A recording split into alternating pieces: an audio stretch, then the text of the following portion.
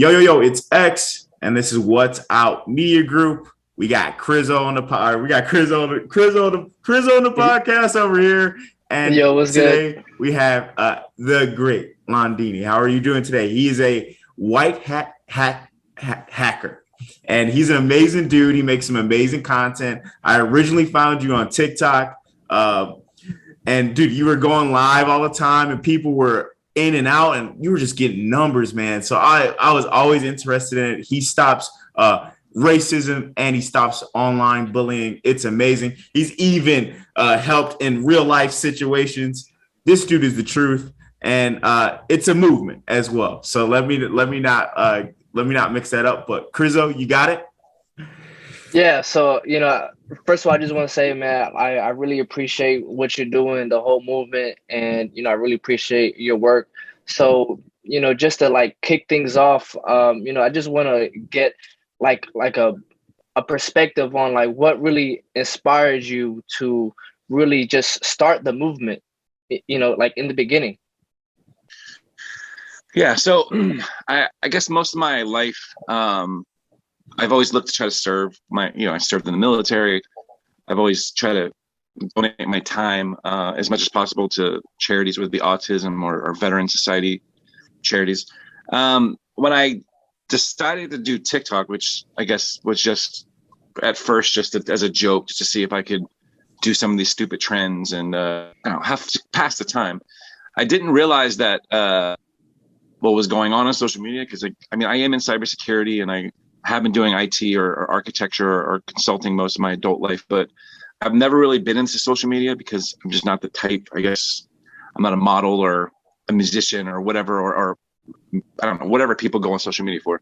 So when I first went on there, I was just trying to do what everybody else does, just, make, I don't know, silly videos about whatever was trending. And then kind of stepped away from social media for a while until my friend lost his child who was autistic. He was 14 years old. And he had told us a couple months after he was done grieving that part of the reason why he had taken his life was because he was being harassed online through social media, TikTok and Instagram to be more exact. And when he came to me, he said, listen, I don't know if you can do anything, but can you try to at least track down some of these people so I can get closure and maybe just talk to their parents and let them know that their kids contributed to the loss of my son. And at first I was obviously like, well, that doesn't sound like a good idea because he's also a former military and he might do something stupid. And against my better judgment, I went and I grabbed a bunch of my friends. We all kind of just said, okay, let's try to do this. How would we do this if we were going to do this? What are some of the things these kids are doing? How are they telling on themselves? So then we did. We tracked down all but I think two of the people that he had got messages from before he took his life. And then again, I did give that information, only the information of his parents, to that person. And luckily, he did the same thing. He did reach out to a couple of the people's parents, according to him. And for him, it brought him closure. So I took that idea and that concept, and I was like, okay, well, how many people are being harassed like this on social media? Like, is it a problem? Like, is it a big deal? And I just took a couple of minutes to do a little research, and man, it's a devastatingly big issue. And I don't think people talk about it. It's not just the bullying, it's the racism, it's the homophobia, it's the doxing and the sexual assault like threats and the child grooming. Social media has become basically a breeding ground for just the most disgusting and deplorable things you could possibly imagine. So I just decided that, like I'd done with the military, I'm gonna see what I can do to try to help out. So Yeah, and it actually like it's been that way for like years, man. For years, when I was in middle school and like I'm a year out of college, and in middle school and like elementary school, that stuff was happening, especially on Facebook, MySpace, like those platforms. Like, I mean, they ended up making like a whole, like they made movies and stuff out of it. But no, this is like seriously like a huge issue, and I don't think people really grasp it, and I don't think we even gonna know the real effects of all of this till like much on like later on. It's crazy. Yeah, I agree. Yeah, and I'm sorry. Go ahead. No, I was just saying, I was agreeing. Yeah, definitely. Oh yeah. So like I was also like gonna say too as well. Like growing up, social media wasn't as big as it is now. So, like when I was in middle school, it was just, Instagram, but it would just be like my friends that I would follow, like my friends. It would, Facebook, Twitter, Instagram, just be my friends. So, I wouldn't see any celebrities, any, like hate as much. It would just be like people in my circle or like people in my school. But as time, like increases, companies see this as a platform, but they don't really necessarily see it as a platform that they should, educate people on, or we should, put this awareness out or whatever. But they see it in a means of a profit, and whatever happens, and they don't put these like precautions, right? But beforehand, you know what I mean? So I feel like as time increased, it's it's I just can't really put the words, but it's like it's gotten worse, you know what I mean? Yeah, keep worse, because for some reason it probably stems from my generation. We got to kind of understand the arc of the internet, right? So when the internet kind of started off, it was mostly chat rooms, and then AOL kind of came into the picture, and AOL was kind of like what everybody thought the internet was. It was just some place where everyone chats and instant messages back and forth. And then after, I would say like 2001, 2002, the internet started becoming more socially acceptable. I think it was Dane Cook, I think, was one of the first original viral celebrities on the internet. But until that time, most people looked at the internet as just something nerds did. Matter of fact, and I always thought it was funny. The first time I actually thought, like, oh man, the internet's getting big, is when I heard somebody talk about like MySpace on a pop song. Because again, before that, it was only like for nerds or people who were, lived in their basements or whatever, or hackers or whatever. So yeah, and the bigger issue is not so much that this is happening. It's pretty much what anybody could expect to happen if you put a bunch of random people behind a keyboard and a screen, and then allow them to say whatever they want anonymously. It's basically real America, right? Like, there are racists and there are pedophiles, there are people of hate. The difference is that while a lot of people understand the social contract, right? If I walk up to somebody in a mall, and for example, one of my last videos was a young man that decided that he was going to just keep commenting on this woman's post about her child and say that because her child is African American, he would say that her child is a monkey and her kid deserves to die. And like, those are things that 99% of the people would never go into a mall and say to someone's face, or they would face the consequences, right? Yeah. But just like Call of Duty or just like Xbox or Xbox Live, it gives these people this sense of, I don't know, almost like invincibility, right? So that's what's happening in society. Like, we have to stop looking at the online life as just a fake thing, right? Yeah, like fake. More people are getting hurt as a result of social media than they are getting hurt from, like, say, cars, right? They just did a study in 2019, and from 2009 into 2019, the rate of suicide amongst kids between the ages of 10 and 24 went up 50%.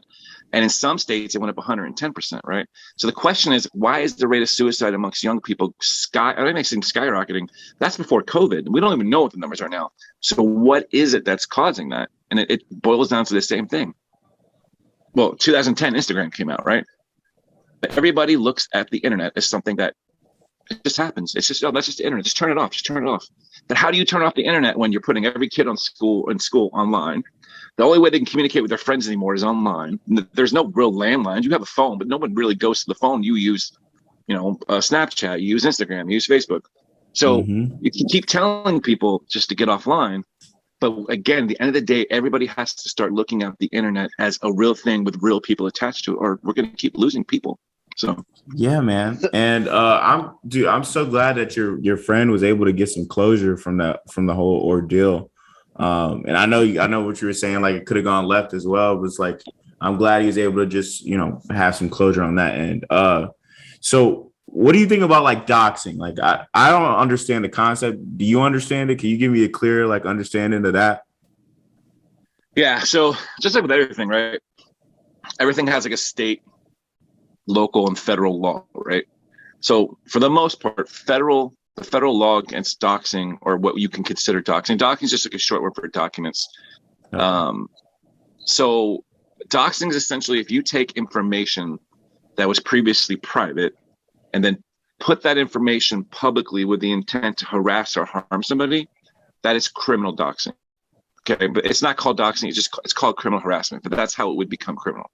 So, for example, what we do if somebody creates a video, like I mentioned before, saying, "Hey, your kid's a monkey," and racist, disgusting things, and I go and I track that person down.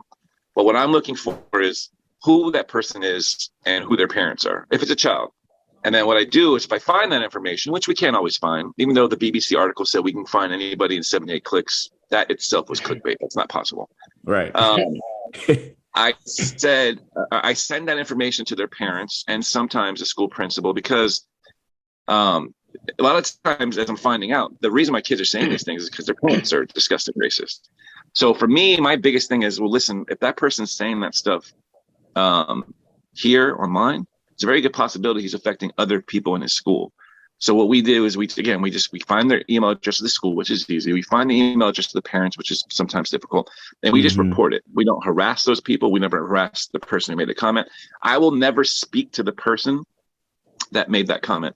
I have in one occasion, and that's like the whole thing, because the parent called me it was like he wanted more information, blah blah blah. But for the most part, that's what we do. So we call that exposing. It's not illegal, and most, if not all, the police officers on TikTok that have big accounts, we talk to them almost on a regular basis, and they say, you know what? Not only is that not illegal, but like, bravo for doing it. And that's the ethical way of doing it. Like, rather than like, oh, like this is so and so's, address on Twitter. Do whatever you want. Go and act, havoc or something like that. Like, I understand that. So thanks for clarifying that for me. So that's a real like reputable thing there. Well, it's obviously illegal too. Like, so the account, just to give it perspective, not to brag, but 9 accounts we've had, 9 accounts, all of them got banned except for this one. But every account had 1 million followers in about a day. Now, we knew full well, not a day, about 7 days. We knew full well that if we would do that, if we were to take their information, and because I guess they call it receipts. I'm not up on the meme technology or the meme terminology, but whatever. If we were to give more receipts than what we would, oh God, our account would have. Well, one of two things would happen. We would have blown up until we got banned, and then or thrown in jail. So it's a mixture of like what's right, what is ethically right, and it's a mixture of what's illegal. What I would have wanted to say that you said something terrible or threaten somebody, well, you should face consequences. But what we're not capable of doing is making that decision. Like, I can't decide for you what's the legal ramifications for what you do. That's what the court's for. I can't decide to you whether or not you should be punished for saying something racist. That's for your parents to decide. So for us, it was never really a question of whether or not we wanted to be the judge, jury, and executioner. You just wanted to make sure that the parents know. Because again, if you had a kid and you found out that your kid saw that, I would assume that most good parents would want to know, right? And then there are, of course, going to be parents that don't care. But for us, we feel that you just let them know, right?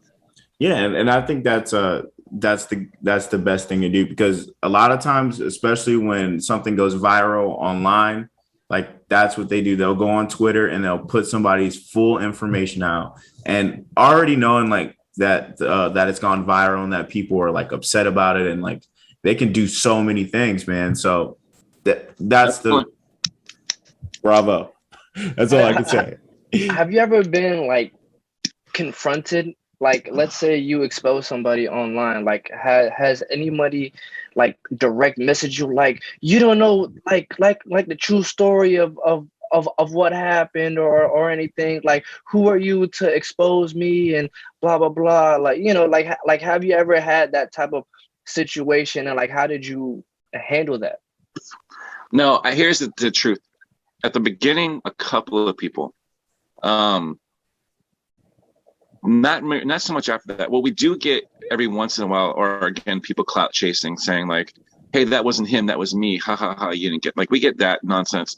But the reality is, because we have the people that we have exposed have gone on to get banned, and other people, not me, have exposed them, I guess we've gotten kind of a reputation for like, don't poke the bear kind of thing. So nobody really comes directly at me because they realize that like, well, look what this guy's doing. Like he's literally taking what people think to be impossible and doing it on a regular basis.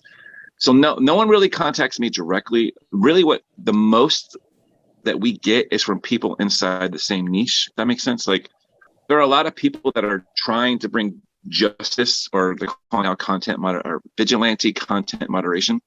Mm-hmm. So there's people within those communities that were constantly like, well, you shouldn't do that. What you're doing is doxing. What you're doing is illegal. Of course, not having any full context to what the word means, or not actually understanding what it is we're trying to accomplish. But from the people itself, I mean, they're not, well, maybe, I guess they're scared. And I don't know why. I mean, we've never done anything, or we've never broken our own code, and our code is on our website. So we say what we will and won't do. We won't bully people. We won't harass people. We don't take political sides. We don't take whatever. You can't send me your girlfriend's pictures and say, hey, that girl cheated on me. Please go, expose her. Like, we don't get into people's personal business. So the short answer is no, not really. But there are other people that kind of attack us for the content, and we just do what we do. We just ignore it and keep staying positive and moving forward.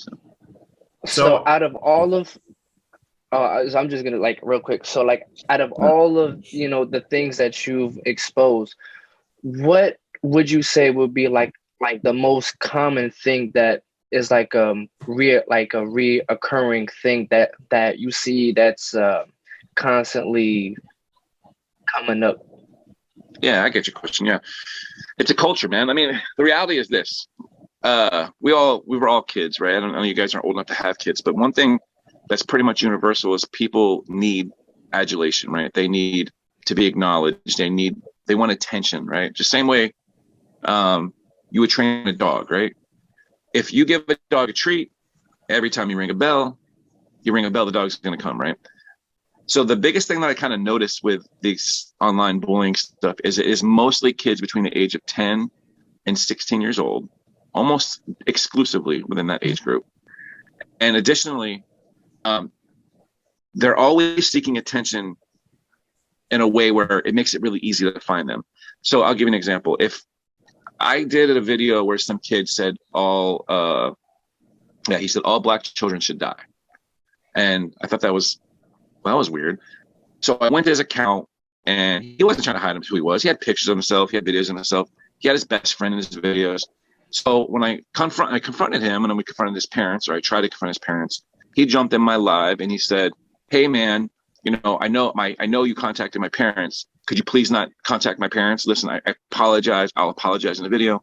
He apologized. And I said, okay, cool. You apologize. I'll take the video down, because that was the point. It was to call him out, right?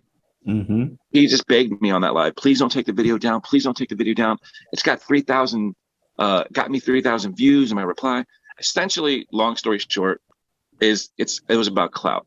Most of these kids, if not all of them, aren't racist, bigoted, just bastards, right? They're just looking for attention. So the biggest thing that I noticed is that whatever is going on in this world right now, whatever is going on in society, whether it be COVID, I know that we're all being forced to be closer together. But somehow, even though we're forced to be closer together, seems like the kids are getting left alone more, right? Because I can't imagine that any parent would know that these things are happening, like when you get these messages from us, and not doing anything about it. Right. But anyway, I digress. So the point, like what I'm trying to say is, no matter what it is, whether it's pedophilia, and I mean like pretending to be a pedophile, whether it's creating accounts, pretending like you've been kidnapped, which happens alarmingly a lot. It is seemingly just a big cry for help from these kids, right? Because if you don't get positive attention by being creative or musical or whatever, social media will give you a really easy way to get attention for being negative. So right. That's pretty much the biggest thing I've discovered, is that it's mostly children, and it just seems to me to be a large cry for help about just trying to get attention of any kind. Getting attention. And I mean, if we look back at it, like you mentioned, like Xbox Live, like Modern Warfare, when kids used to say those things, they would just do that to get a reaction because they were losing in the game, or they wanted some type of attention. So that makes so much sense, man. Yeah. So it's good that so out out of all the cases that you have done, how many of them have like you've contacted the parents and the parents have been like, wow, like, and they've actually like made a change? So when I got asked that question 2 months ago, I had a really good answer for you. The thing is now, again, and you have to look at it from my perspective. Like, I don't, whether it's an adult or a child, I don't want to get further involved in informing them, because especially when it comes to adults, like the way the court system works is if you're a part of a case, you can be deposed, you could be called into court. If I report anything to like a police department, I'm reporting it through the anonymous tip line. I'm not giving my information. I don't want anybody to know my name. Nobody, including the 300 people that are directly in my movement, none of them know my real name. None of them know the city or state that I live in. And as far as the parents go, I have been contacted by a large amount of the parents, and about half the time it's like, profusely apologizing. Oh my God, like, I mean, they didn't do it to me, but they're like, I thank you for letting me know. Thank you for giving me the evidence. This is terrible. I'm going to take care of it. And then the other half of the time, it's, what do you want me to do about it? What are you going to do? Just to take his account away because they think that I'm TikTok, whatever. So it's a mixed bag of like reactions from the parents. At the end of the day, I mean, I gotta try to take it from their perspective. Like, I'm just getting anonymously message from some weird dude wearing a mask on social media. I get it. But for the most part, the only real time that I've ever had a conversation with a parent, like on the phone, was when there's one. If you Google the greatlondini.com, about 7 clicks down, you'll see there's a young man that made a post saying, ban and arrest the Great Londini. Put this on petition.com, I think, or change.org or whatever it was. Yeah. So he wanted me arrested and he wanted me to be taken off TikTok or social media. So I contacted his father directly, and this kid was wearing a mask. He was hiding his identity.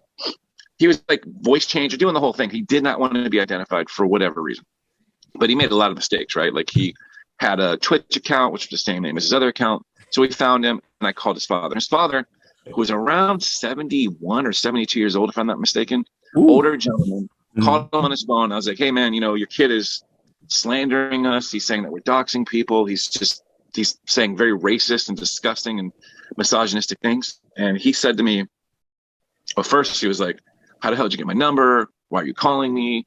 My number's not listed, blah, blah, blah. And then I said to him, listen, sir, I don't mean taking your time, but rather than I go to court and sue you for slander, because your kid is not only racist and homophobic and all these other things, he's slandering my account, which is trying to do good on the internet. And he said, quickly change his tone to like, you know what? I got this. Don't worry about it. And if you go to that petition and you read it when he closed it, his closing remarks for that petition was like, this is a lost cause. Nobody can stop him. Leave him alone. And then essentially he had to take all of his social media offline, all of his videos offline, and all that stuff. And we actually have the recording of the talk with me and his dad. I'm just trying to find, I'm probably going to put it on our Patreon. That is what I'm going to do, because it was amazingly funny. Oh man, that is pretty funny, especially with it being a older gentleman as well, man. He probably is like a doctor, not just a regular 71-year-old doctor. Like, this guy's making shit tons of money. His kid's sitting in the bathroom with a damn robe on, trying to take down a full-grown adult because he doesn't like that he's telling on him for doing wrong things. Like, that is priceless there. So, one question here: what would you advise people who want to be more secure online with their information? That's a great question, man. So, first of all, I mean, you can't really rewind the clock. But if you are deciding to go on social media, if like you've decided you're going to make that leap, you got to make a lot of decisions, a lot of more decisions than people understand. Like, one of the decisions, the most important decision is, are you promoting yourself, right? If you're going to be a creator or a creator of any kind. And if you are, then you have to make a bigger decision, which is, are you going to be using your own name, or are you going to be using a moniker, or whatever you're going to be using? Because the biggest threat that people have is not the bullying. The bullying is terrible. And yes, people are losing their life because of it. But it's the criminal doxing and the criminal harassing and people showing up to people's houses. There was an incident, I think it was in New York, where a really big TikToker, I think he had over 1 million followers, invited a bunch of people to something, and he mentioned it in passing. And then they met him up, and then they took his life. This just happened recently, and then there was an incident. Oh yeah, about 2 months ago. Yeah, and there was an incident. Yeah, there's an incident in Great Britain where this guy who does family content about anti-bullying, same as me, he was just driving his car and somebody was paying attention to the background and they catched a street where he turned into his block and they burnt this man's house to the ground. Not just his house, they burned his house and his car to the ground. Another incident of a girl who was an actress who reached out to us and said, and she showed me the video, which I'm also going to put that on Patreon. She showed us the video where she's on her live, pointed the camera to herself, and in the middle of her live, her doorbell rings. She turns, and somebody from her live came to her house. She lives in a mini mansion, right? Yeah. And she's scared shitless. Luckily, they were just like obsessive fans, and they didn't do anything to her. But I guess that's kind of my point. If you want to keep yourself safe, you have to make the determination that you're not going online to promote yourself. If you're just a casual observer, you don't necessarily need to keep your account public. You can privately view videos, right? Don't make your username or your screen name anything that relates to you. Don't put your real birth date in there. When you create an account, you don't have to put your real information in there. You just don't have to. If you are a creator, I would say, again, don't use your real name. Don't put your real address. Don't put any username on social media that links you to anything else. For example, if your gamer tag is whatever, whoop, there it is, 001. Well, then use something completely different, right? Something that maybe identifies the type of content that you're making, but definitely doesn't identify where you live or your name. And then also, most importantly, what a lot of people don't understand is that while there are hundreds of sites out there that you can go pay money to, and then they'll give out your public information, your cell phone number, your social media accounts. Excuse me. Every single one of those accounts have what's called an opt-out feature. So what I would do is, if you're going to go on social media, Google yourself, Bing yourself, look to see what your social footprint is. And then now you know what the people who may want to come after you for whatever reason, you know what they see. And a lot of those sites, they have what's called an opt-out feature where you can actually remove your information from those sites. So that way you can either clean your name off the internet before you take a social media account. Or what you could do is, if you're in social media already, just go look at yourself, go look at your name, and then go to those websites and look for their opt-out option. All of them have it, and most of them will, within a couple of days, allow you to take your information off of their website. So those are a couple of things I do. And again, we actually give you step-by-step directions on how to do that on our Patreon. If anyone's interested, you can go to thegreatlondini.com. I wrote very specific, detailed instructions on how to make sure. Like right now, if you type in my name, my actual name on Google, you won't find one thing. You won't find a picture of me. You won't find my job. You won't find anything. And again, the key is like keeping it up to date, because the internet changes. So you can use like Google Alerts, right? Right. So anytime somebody puts something on the internet with your name on it, you get an email and you can say, this is going to let people to me in case I make a video and say I make a political statement. People don't like it. They don't try to ruin my life or take my job away from me. Does that make sense? That makes sense. Yeah, definitely. And plus, as we move forward, like as a society, social media is gonna become a bigger part of our lives. Like right now, and even before we view social media, just like how you said, it's just like, oh, you're just talking shit here and there. It's like, there's not that big of a consequence. But as we move forward, employers are gonna start to view your social media. They already do. Yeah, exactly. So it's going to become even bigger part of our everyday lives in the future. Like even in China, whether you agree with it or not, they have a social credit score, right? So on how you react and how you act in public, but also on social media too. So yeah, man, you did your research, man, because not a lot of people know that. Yeah, China does have a social media score, and while I don't agree with it because it's tied to like a communist dictatorship, right? Something like that eventually has to be sprung up here in this country.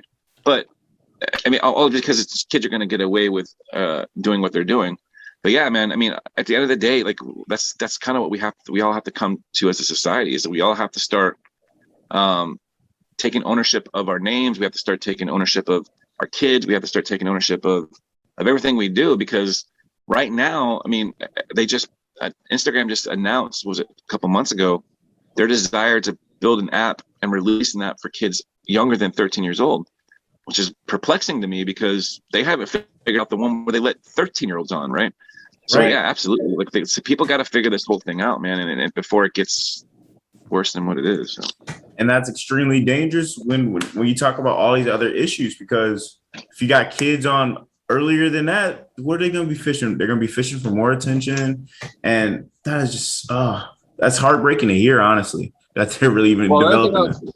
Well, the other thing I was going to say back to the other gentleman's point was that absolutely what you just said is the point, right? So when I was 17 years old, I remember somebody said to me, you got to get an email address or in the next 10 years, you're not going to be able to get a job. And this was in the 90s, right? And I was like, an email address, only nerds have email addresses, right?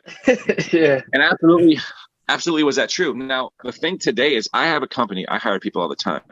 But what people don't understand when they say the internet never forgets, do yourself a favor, go to Google and type in the Wayback Machine, okay? Go remember your old AOL name, your AOL profile, type it in, and I guarantee you, I can go back to where you were when you were 15, 16 years old on AOL and see all the dumb things that you were doing on Facebook. The internet archives everything. Pictures don't get deleted for the most part. Everything you do on the internet stays on the internet. Even if the site goes away, it's cached on the internet. I mean, Google caches everything. Your internet service provider caches a lot of things. You can't get away with it. And I could tell you from at least 2 or 3 cases that I've had, because I hire consultants and contractors, security contractors. There was a young lady that I had to let go because she was saying, even though she was Indian, she would say the N-word a lot. And I don't mean it like with a ER, she would say it with an A. Yeah. But to me, like that's a margin call. Like it's not a margin call for me. You can see I'm white, right? I'm not going to make that call. But the fact that she would use that word a lot, I said, listen, like that doesn't represent my company. I don't want you saying that. And it was like part of her vernacular. She said it in front of me.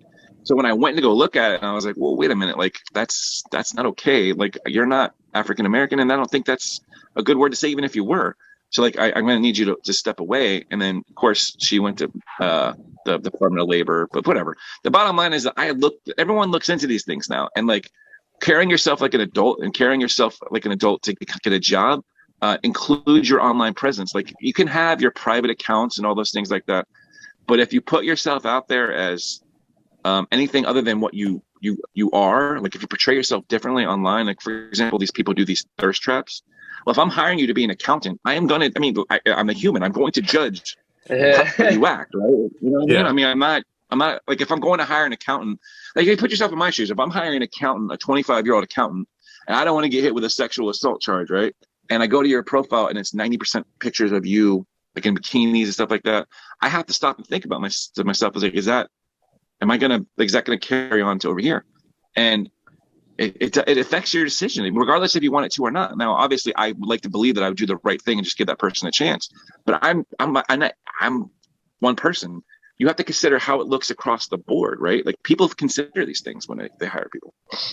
Yeah, how you represent yourself on social media can say a lot about somebody's character and personality. So, and just like how you said, not only you, but your company as a whole. So it's like, is this somebody that I want on our team to represent the company as a whole? So, that's a very good point that you brought up. For sure. So, question here. So the movement you said is about like 300 of you guys. So originally the movement started off with 20 people. And then when I say 300 people, it's 300 people on our Discord server that basically help us do research. And again, with our Patreon, we grow every single day. Like we just added 80 people in the past 5 days. So it's basically 300 people that are dedicated to finding bullies, pedophiles, racists, and scammers. And they have rooms where they're all just kind of working with each other to try to figure out who they are, how they can deplatform them so they can stop hurting and harassing people. So that's about 300 across all the social media with followers and all 9 accounts. It was probably 7 or 8 million followers, depending on how you count it. If you count the ones we lost, and right now, I just checked yesterday. We've had 600 million views since December, man. 600 million, yeah. That's amazing. That's good. So that's just. Can we talk a little bit about scamming? I'm not really hip to online scamming. I know some YouTubers who actually like cover online scamming, but I'm not really like aware of like what type of scamming do you guys like deal with? All kinds, but see, the thing is, it's all about information, right? So the biggest problem that people have is what they think they know and what they actually know, right? So a lot of people look at the internet as, let's just look at scamming, right? People think that scammers are like the sophisticated hackers sitting in their room, maybe in India, maybe in South Africa, just sitting there behind a bunch of computers hacking people. That's not how that works, right?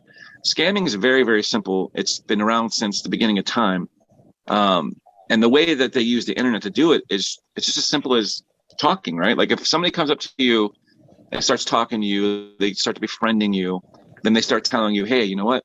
I really like your content as a veteran, you know, it really touched me. And you're like, oh, cool, this person is a veteran, I'm gonna follow them. And then a week later, they're like, oh man, you know what? I'm getting deployed, but I can't afford gas to my car, and I'm gonna get in trouble from my command. Hey man, maybe you can send me $100. Maybe you send them $100. And then the next week, it's like, oh no, like, I got injured, and like, I'm gonna get put in a brig unless you send me $1,000 because I'm not gonna be able to make it back to my base on time. Then they send you $1,000, right? It's hacking and scamming. People think are this highly technical thing. Mm-hmm. Literally anybody could scam you. And the reality is that you have to understand the world or the platform around you, right? Most of us know that if we go to, I don't know, if we're walking down the street and we see a homeless person, right? And that homeless person's asking you for money. Now, either that homeless person's either had a rough life and it's genuine, or that person is either on drugs or alcohol. Nobody really knows what their life decisions are. But most people, they make that decision in person, right? And you can kind of determine, well, this person's she's got kids, or maybe this person's got kids. Maybe I'm going to stop and I'll donate. Online, you're just taking everything at word, because now the age of deep fakes and all the other things like that, literally anybody can be anybody they want.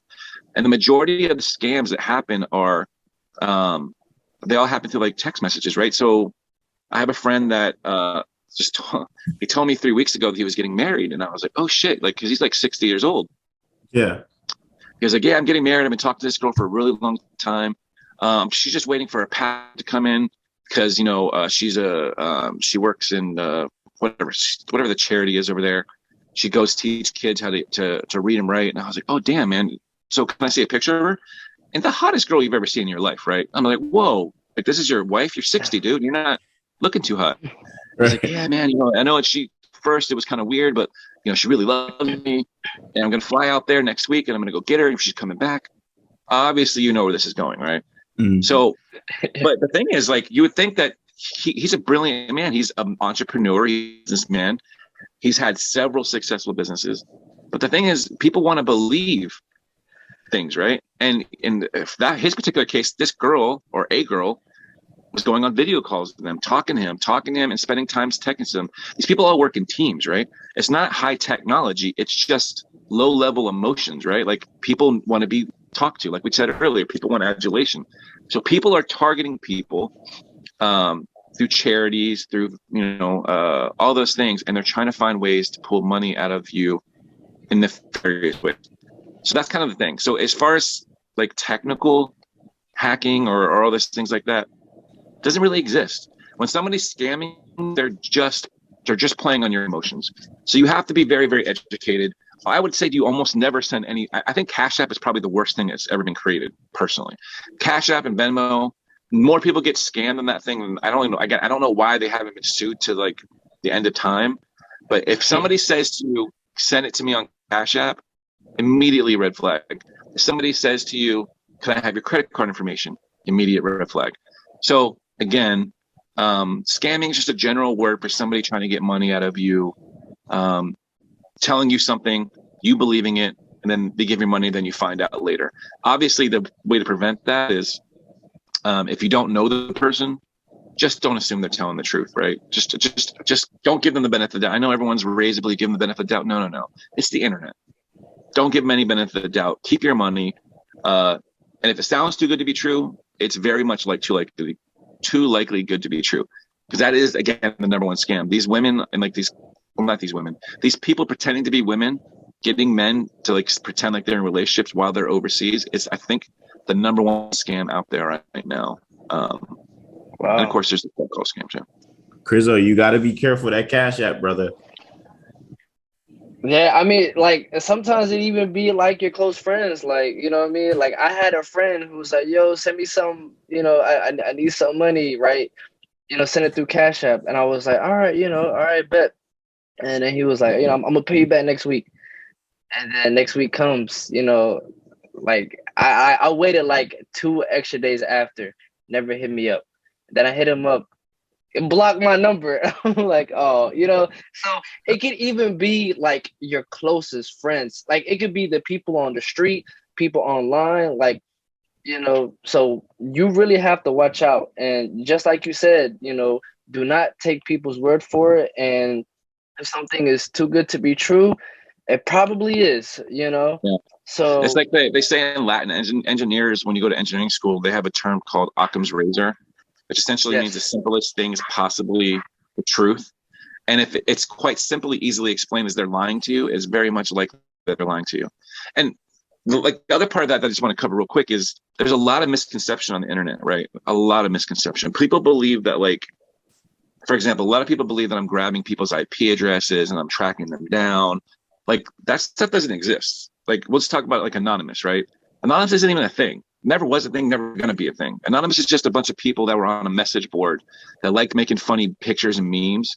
Then they all got together when they went after Scientology, and they just said, oh, we're going to go after Scientology because it's bad. But they weren't hackers, right? A hacker, typically, and all really a hacker is somebody that takes general protocols, like how things are supposed to be done, and they go against those protocols, right? And it could be either a black hat or a white hat. White hat is what I am, which means I get paid to do what I'm doing. It's ethical. Someone asked me to prevent a black hat hacker from hurting them. And a lot of that times when someone's hacking somebody, they're just penetration testing, or sorry, they're trying to like do denial of service, or they're trying to bypass your database to grab information. But nobody in the world, and I just mean nobody in the world, could just grab your IP address out of thin air. Like, if somebody threatens you, which is another big thing, they threaten you with like, send me nudes or send me money, or I'm gonna give your IP address away, or hey, send me money because you were on my Discord server. Now I got your information and I was able to hack the Discord database. You gotta understand those things aren't possible. And that's like the biggest misinformation, how people get scammed, is they believe these things because they're all these myths. An IP address means jack diddly squat. If I told you my IP address right now, it wouldn't tell you anything other than I live on the East Coast of America. And even that, it changes every 3 days. Nobody can crack a database outside of somebody inside the building. Even the greatest hackers in the world can't do that anymore. Encryption, even at the most basic level, would require a supercomputer in a basement cooled to like 3,000 degrees below zero. Even that couldn't break 6-bit encryption, and most databases are 256-bit encrypted. So we gotta get rid of all the fear. That's the other main way people are getting scammed. There is no such thing as anonymous. It's not a thing. If you say you're anonymous, you're anonymous. Just like saying you're a Christian, right? You could just say you're a Christian, you're a Christian. So you get that again, fear, people believe something that's just not true, are the two ways that people get scammed. And that's kind of why, again, we spend a lot of our time just educating people on things like that. It truly sounds like cyber warfare, to be honest. Yeah. For money. Yeah. How would you say that the military shaped you? It shaped me a lot. So I didn't come from a very good background. I grew up in Strawberry Mansions, Philadelphia, which was that was the ghetto. Like I'm a rower, so I know right where I know exactly where that is. Yeah. So I grew up in Strawberry Mansions, and I was, not that it matters, but I was one of, I think, 2 white families in the whole neighborhood, which shaped me in the sense that like from like I kind of knew poverty. I knew you had to watch your back in those neighborhoods because there's a lot of crime. So what the military did is it took that mentality of mine, and it taught me like, hey, no matter how bad your situation is, and no matter where you come from, you can go down the right path, right? You can not only go down the right path, but you can help other people. So coming from that background and going into the military, I was so leery of everybody. I didn't trust anybody. I didn't really go outside much. But the military kind of just shaped me, like, listen, you can overcome anything, no matter how difficult something is, you can do it. And not only can you do that, you can bring other people along with you. And also, it built that brotherhood that I have with all the other military people, still my very good friends today. And overall, what it taught me is the need to get back, right? The need to help. Because if you've ever been overseas, if you've ever stepped foot out of America, you'll see that like we got it really good, man. Like regardless, you could be in the worst part of America, Strawberry Mansions, one of the worst parts of America. But the second you step in Kosovo, the second you step in Afghanistan, you will beg to go back to Strawberry Mansion. You'll walk around in the streets at night, happy as could be, then rather go back to some of these countries. So it taught me appreciation. It taught me discipline. It taught me brotherhood. It taught me just a love and respect for people. And again, giving back and perspective too. That's crazy. Respect, yeah. That's an amazing story. So now, you have your own business and now you have this movement. So where would you like the movement to, further on? What are your goals for the movement in the future? So I mentioned it, I think, once or twice, but we're doing Patreon now. So where I'm hoping this movement goes is just more educational, because to me, I think the answer to all the things we just discussed is educating everybody. I have to believe in my heart that most people would not make a comment if they knew what it was actually going to do to somebody. If we educate people about the 6,000 people that took their life in 2019 and the 600,000 people that attempted to, and within the ages of 10 to 24, I have to assume if we can make that real for even the kids in that age grade we mentioned, that would at least pause them from making these disgusting comments. I also believe that, like, from the flip side of that we need to start educating local and state police about, like, what should somebody do if they are being harassed? Like, what is the repercussions? Because again, if a mom finds out that their kid's being harassed and bullied online, what does she do? Like, she can't take them off the internet, because again, most schools done on the internet now. She can't, I guess she could take them off social media and make them a pariah. Most parents won't. They should, but they won't. So what do you do if somebody's breaking the law to harass you or your kid, or hell, if you're an adult and you're being harassed? But the answer is, right now, you call the local police, they're going to tell you to call Facebook or call TikTok. Even if they're breaking the law, and even if you give them the video evidence of them breaking the law, 9 times out of 10, from at least my experience, local law enforcement is not educated on how to deal with cyber crimes, because to them, until it actually becomes a physical crime, a lot of them won't even take the case number. That's not always the case, but it's happening more and more. Right. So again, the education of them, I would love to have enough resources. You just hire lawyers to help people. Hire people that can make up educational material to hand out to state and local police, go to schools, be able to travel to schools and just kind of educate them on what's going on, like giving examples of people that have taken their life and why what could have been done about it. So for me, the movement is just going to keep growing and becoming more educational, more entertaining as well. Again, we're doing a Netflix documentary. I just told you about some of the other, like, we're going on TV a lot now.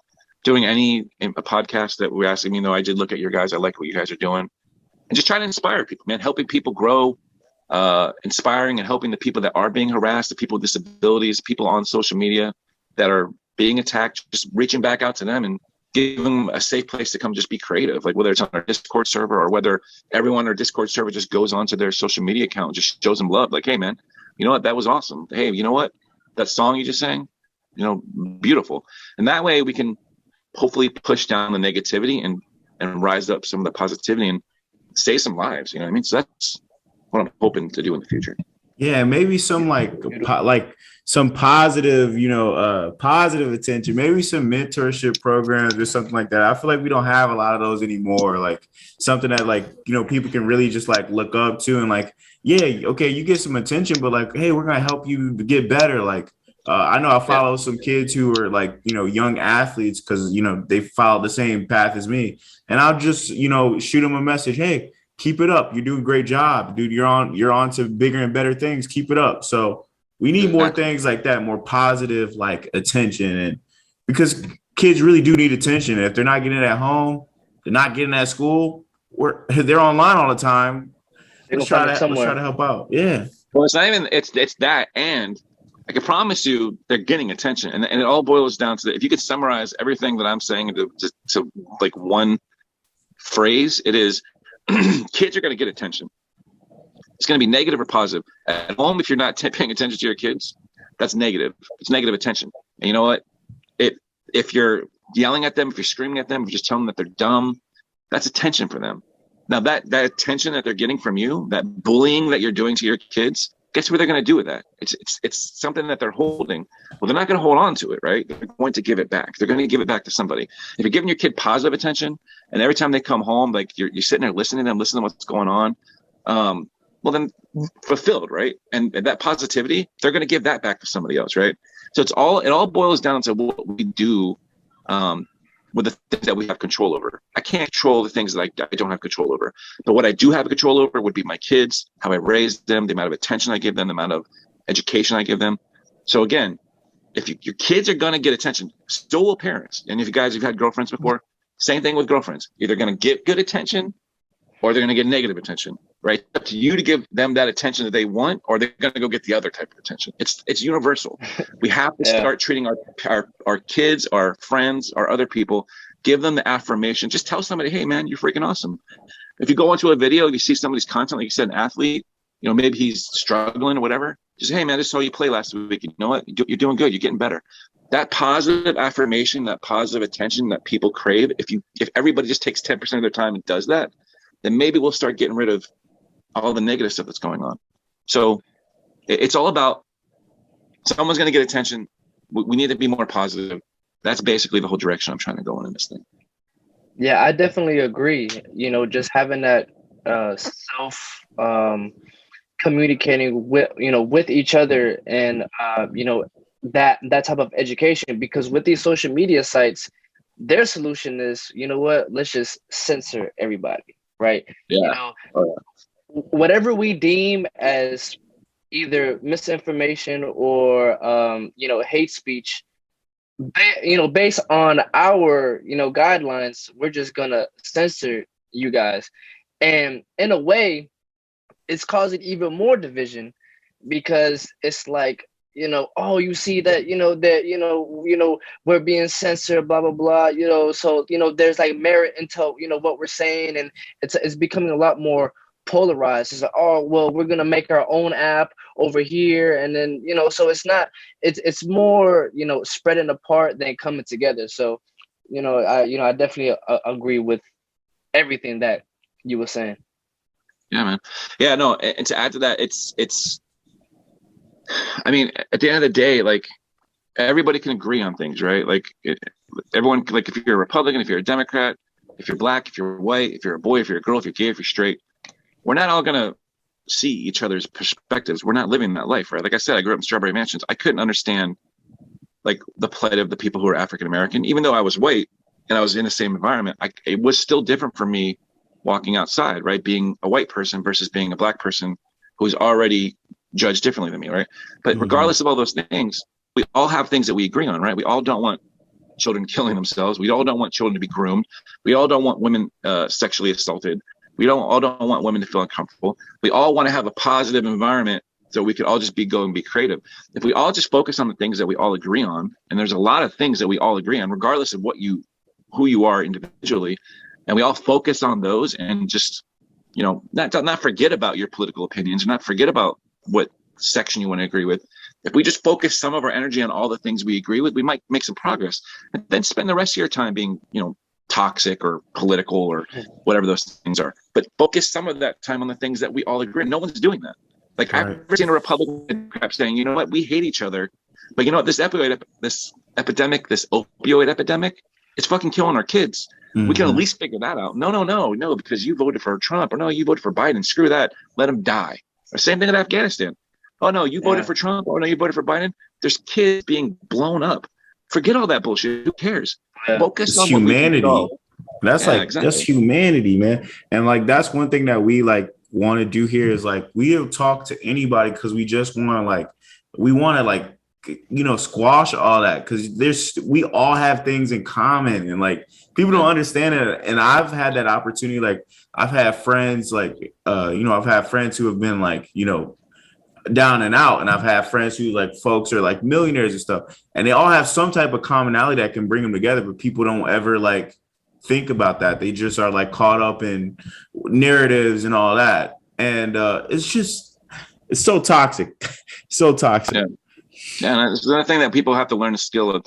When you get older, you learn that skill, and it seems like you guys got it pretty much figured out. It's why you're doing a podcast. Like the biggest thing that's led me to my success in life is just understanding the key principle of seeking first to understand before being understood. If you can understand someone before you attack them, if you can understand somebody, like fully understand where they're coming from before you even spout off an opinion, or if you can just listen to what they're saying and actually forget about all the emotion, listen to what they're actually worried about, you can get along with anybody, right? You can, if I know that, for example, Black Lives Matter, a lot of my friends are part of that movement, right? And at first it was such a turnoff for me because all I could hear was like the anger coming out of them. But it wasn't until I actually listened to my friend tell me like, hey, you know what? I got tinted windows, and I get like, how many times have you been pulled out of your car? I was like, pulled out of my car? I've never been pulled out of my car. He's like, bro, I get pulled out of my car every damn time they pull me over. Like, until I stopped, like just focused off of what he was, like the emotion to what he was portraying, because it was fearful. I mean, it was scary. Like the type of, because you know, it's attacking you in a sense, like, because you are part of the problem, depending on how you look at it, right? So if you just get past that, let go of yourself and just seek to understand, imagine how many things we can fix. Imagine if we could just be empathetic to some people's problems, regardless if they're not our own. Whether it be a trans person just wanting to feel comfortable in their own skin, whether it be an African-American person trying to feel their skin, or if it's the indigenous person who's basically being pushed to a reservation and their children are being kidnapped at alarming rates. If you could get rid of all your preconceived notion and just listen to what people are saying, imagine how many problems we could fix. You know what I mean? And that's amazing. I think I've learned that too from just like, I know, like just social interactions, like in person social interactions, like going to bars or going to parties and stuff like that. Like all creeds of life are usually at a party, and you can interact with everyone, and you guys all have some type of commonality. That's the reason why you guys are there. So it's hard. I feel like it's harder to do online just because of all those narratives and everything than it is to do in person. Because when I was 18, it was my first year of college. I like voted for Hillary. I was really like a supporter of her. And man, I was devastated that she lost and Trump won. So I went to go talk to one of my buddies, one of my teammates, and the next day, and I asked him, hey, so why are you a Trump supporter? And then he explained to me, hey, I've been a Trump fan since, the art of the deal, like that type of stuff. So like I grew to understand, and it's like, all right, well, now I'm not feeding into anything. Like I gotta like see it from my own eyes to really like see if I'm really vibing with this, or do I really understand this? And it's just, I wish we had more, social encounters, like face to face, and not like, you know what I'm saying? You get my point. I get your point. Like, for example, if you go on my Discord server, nobody knows my political opinions ever. And on the Discord server, we flat out not ban you, but we ban any content that doesn't do with political. It's not because those things aren't important, but like you just said, in a club situation, right? It doesn't matter what you're doing. If you want to, I have to use an example because I've only been single like 7 or 8 years out of my life. But it's the same thing if you're a guy trying to pick up a woman, right? Like regardless of how attractive you are, regardless of how much game you have, if that person on the other end doesn't believe that you're actually listening to what they're saying, that's obvious, right? If you're just there for one thing, they pick up on that. If you're truly listening to another person, whether it be a girl listening to a guy listening to a girl, like that comes out. It comes out because now you can respond to what they're saying. Like you actually take an interest in it. And if people could start doing that, not just when you're trying to date somebody, but if you do that with your friends, or if you do that with somebody like you just did, which you just explained, somebody who has a different political opinion, don't try to agree with them. That's stupid. You're not going to agree with them. Just listen to what they're saying. Understand what brought them to that point. Like, why did you vote for somebody regardless of the possibility of them being a racist? Well, like, just understand it. Don't agree with it. Understand it. And that's the thing that people have. The biggest problem, I think, is that like they're so insecure in their own beliefs because maybe they haven't educated themselves, that their worry is that if somebody says something contrary, that's going to change them. You find the same thing in the Christian community, right? If somebody who's Christian, you see them, they won't even talk to somebody who's like a Wiccan or whatever, because they believe that there's a possibility they're going to say something that could possibly change them.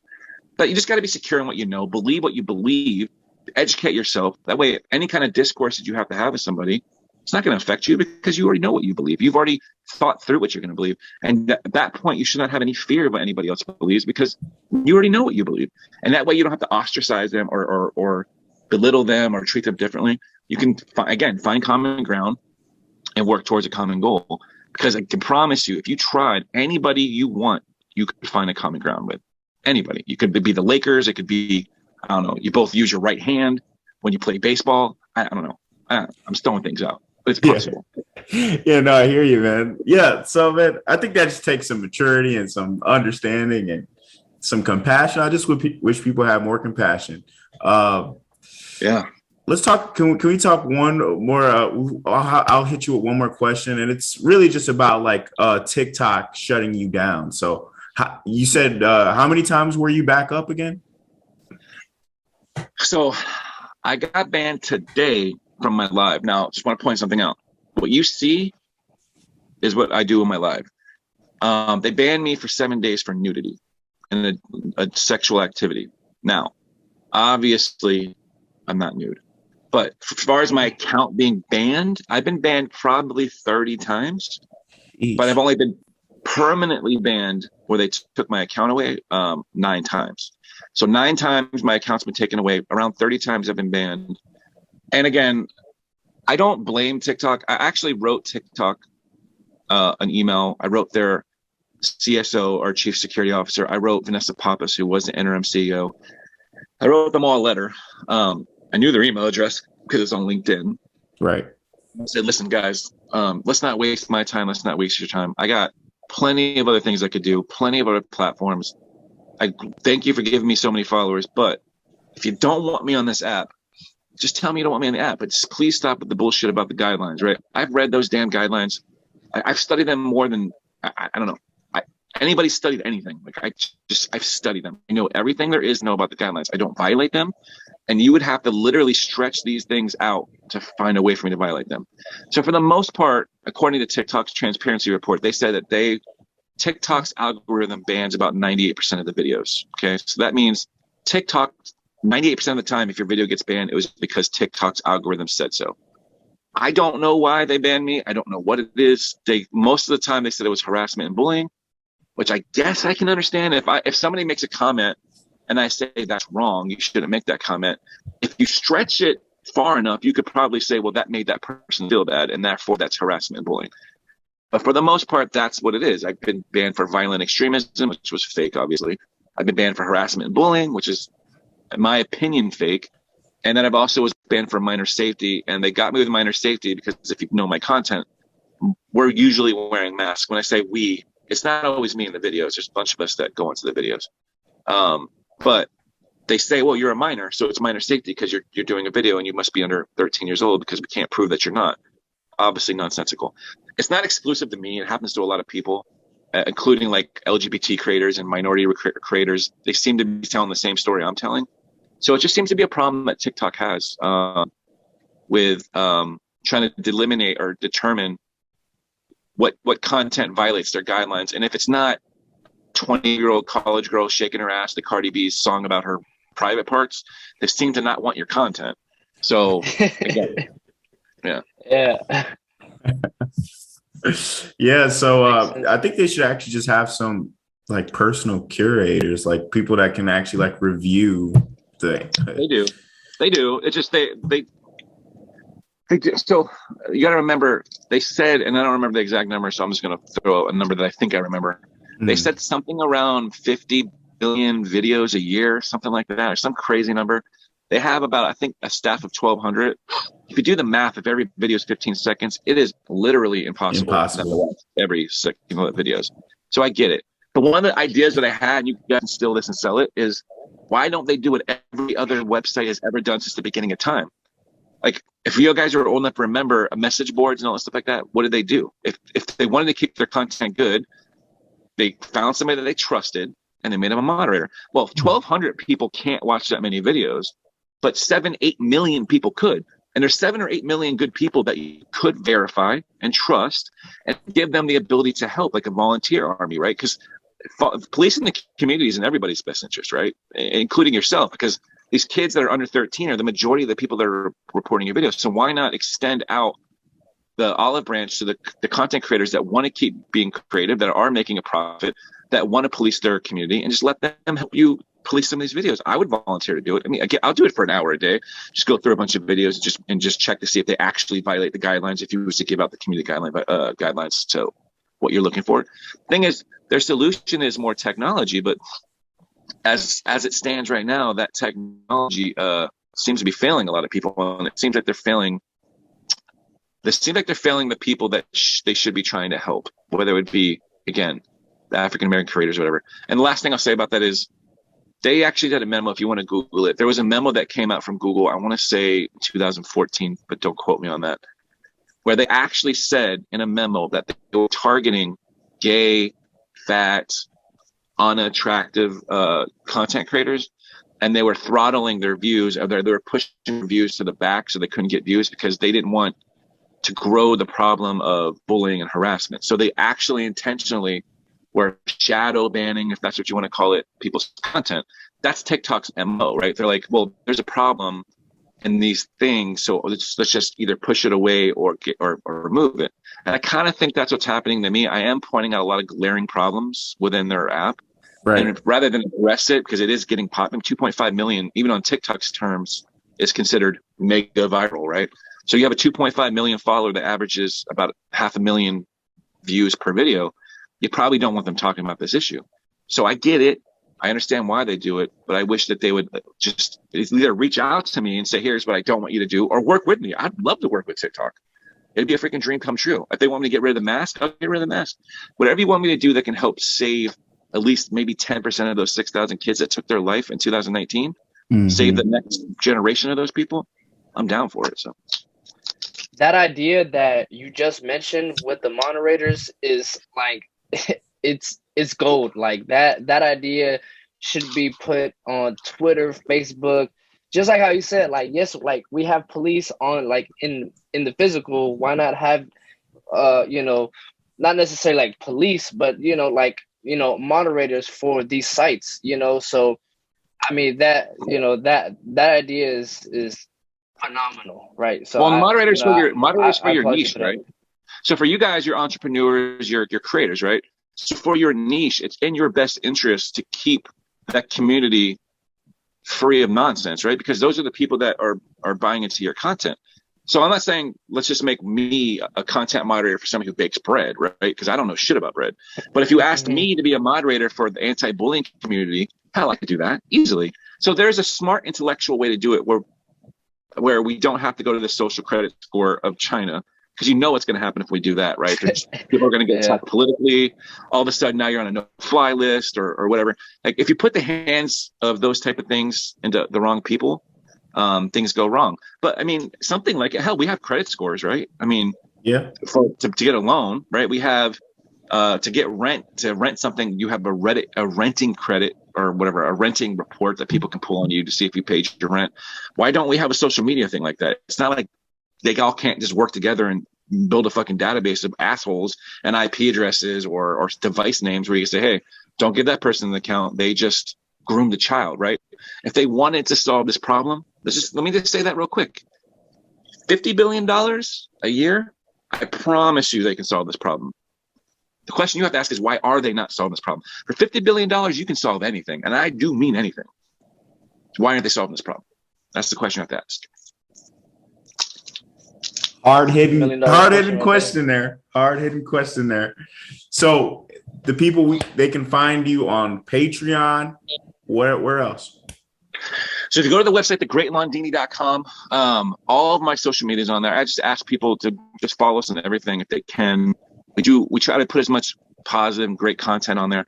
So if you go to the website, on the Patreon, again, all the things I just talked about, like how to get rid of your identity to keep yourself safe, like the emojis that kids are using, that like they're using in like little codes to get around you knowing what they're doing. We spill the beans and all that thing. It's all on Patreon. And the reason why we do it on Patreon is because it's like an additional thing for the fans that like our content. We want to give people education. We want to give them something of value when they support us. So if you go to the website, you become a Patreon. There's 3 different levels. If you support us on any level, it helps us to grow that mission. And we're going to keep holding people accountable, man. We're going to keep doing what we do. And it's all on the website, thegreatlondini.com. So amazing. Well, it's been X. It's been Chrizzo. I appreciate you coming on here and really spreading the message, and you're doing God's work. I'm not afraid to say it, but it's yeah, I really appreciate it, man. Yes, thank you for Definitely. your service. Thank you for the movement, man. And your story, dude. Your story is amazing. I wish you nothing but the best, and keep doing what you're doing, and keep the movement alive. We're here to help in any way. Yeah, man. No, just getting the message out like you're doing, man. And it's definitely, we need more positive people out there, becoming entrepreneurs, doing the right things, and leading. Everyone just leading by example. Like, have that light. Be that light that everybody needs to look up. It was like, man, you know what? Look at these dudes. Like, they're out there. They got their own podcasts. They're out there doing things. And that's what you can do. You can make this generation better for my kids. That's what you can do for me. Because right now, as it stands, this shit's going off a cliff, and it's hitting 80. Yeah, it all starts with you. It all starts with the individual. So, yeah, For sure. Well, All right, guys. thank you to the great Londini. Thank you very much. It's All right, been guys. What's Out Production. Peace out. Peace. peace.